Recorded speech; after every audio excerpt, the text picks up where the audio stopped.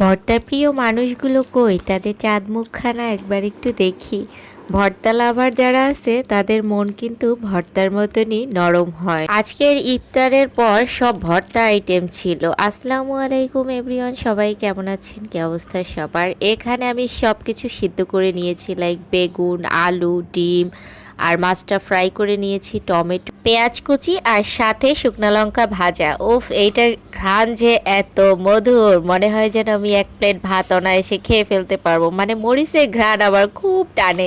যাই হোক, এর ভিতরে কতখানি লবণ দিলাম, তারপরে চটকানো শুরু করে দিছি। অনেকেই বলবেন যে আপু আপনার কি হাত জ্বলে নাই।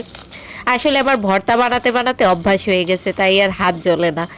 এই তো পেঁয়াজের ভিতরে দিয়ে তারপরে সুন্দর করে মেখে নিলাম। এরপর একদম খাঁটি সরিষার তেল দিয়ে দিয়েছি। ঝাঁঝালো একটা ঘ্রাণ আসতেছিল গাইস। উফ, ধনিয়া পাতাটা ছিল না, না হলে একদম পুরো জমে ক্ষীর হয়ে যেত। এই মরিচ আর পেঁয়াজ ভর্তাটা যে আমার এত ভালো লাগে, আমি মনে হয় যেন এটা এত পছন্দ করি, অমৃত লাগে আমার কাছে। যাই হোক, এটা এখন আর একটা বাটিতে সাইডে উঠিয়ে রাখলাম। এখান থেকে অল্প অল্প মরিচ নিয়ে নিয়ে সবগুলো ভর্তা করে ফেলবো।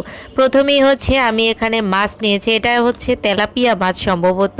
আসলে এই মাছটা নেওয়ার কারণ হচ্ছে এই মাছে কোনো কাঁটা নেই আর ভর্তা বানানো একদমই সহজ। আর এই মাছটা আমাদের বাসায় রান্না করলে কেউই খায় না, তাই আমরা ভর্তা করেই খাই। আর এখানে হচ্ছে ডিম নিয়েছিলাম একটা, তো এটা দিয়েই হচ্ছে মাছ আর ডিম দিয়ে একসাথে ভর্তা করবে। এই ভর্তাটা খেতে কিন্তু অনেক মজা। অনেকেই ভাববেন যে মাছ আর ডিম একসাথে ভর্তা হয়, ভাই ভর্তা করে দেখেন না, অনেক মজা লাগে কিন্তু, টেস্টি আছে। সাথে একদম লেবু নিবেন এক ছিলা, সেই কামড়ে কামড়ে কিন্তু মজা। হয়ে গেল আমার মাছ আর ডিমের ভর্তা। এরপরে আমি আরেকটু মরিচ নিলাম, এই মরিচ দিয়ে আমি মূলত বেগুন ভর্তা করব। বেগুন ভর্তা আমার এত ভালো লাগে, কার কার ভালো লাগে আমার মতো বেগুন ভর্তা বলেন তো। বেগুনের গায়ে যত চামড়া ছোলা আছে ওদেরকে সব ছিলে ফেলে দিতে হবে, তারপরে ওদেরকে মরিচ দিয়ে ভালো করে চটকায়ে নিতে হবে। দেখছেন কালারটা কি আসছে, জোস। আরেকটু মরিচ দিলে মনে হয় ভালো হতো। আসলে আমার বাসার অন্যান্য সদস্যরা বেশি মরিচ ঝাল আর কি খেতে পারে না, বাট আমি খেতে পারি আর আমার বোনরাও খেতে পারে। আমরা যত ঝাল হবে ততই মনে হয় যেন মজা লাগবে।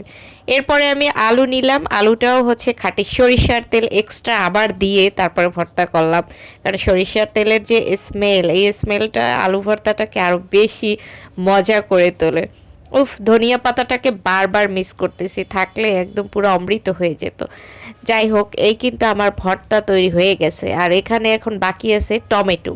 তো 2 পিস টমেটো নিয়েছিলাম, আমাদের বাসায় লোক সংখ্যা কম, আর এখান থেকেই অল্প অল্প করে সবার মোটামুটি আমাদের হয়ে গিয়েছিল। টমেটো ভর্তাটাও কিন্তু ভালোই লাগে, ঢেঁড়স ভর্তাও ভালো লাগে, বাট আমাদের বাসায় আজকে ঢেঁড়স ছিল না। যাই হোক, এই আমার টমেটো ভর্তা হয়ে গেছে, আর এই যে সব ভর্তা টর্তা রেডি। গরম গরম এক প্লেট ভাত দিয়ে এখন ভর্তাগুলো মজা করে খাবো। আর আপনারাও এভাবে বানিয়ে খেতে পারেন বাসায়। আজকের মতো টাটা।